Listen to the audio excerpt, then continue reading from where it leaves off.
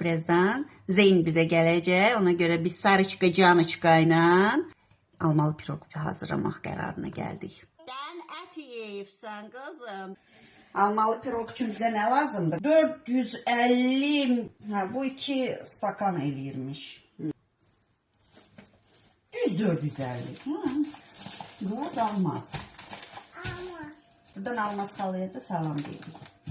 200 milli süt, 200 milli yağ, vanil ve kabartma tozu tökürük. 3 adet yumurta.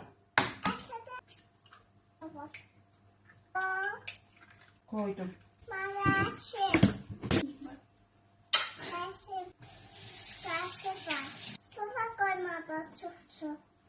200 gram şeker tozu. Alma vuraq, sonra darçın vuraq qəşəng. Я слышу, как у тебя сердце бьется, кызım. Тук-тук-тук-тук. Тук-тук-тук-тук. Çoxlu da darçın vuraq buna. Mama, лапочка. Каша. На.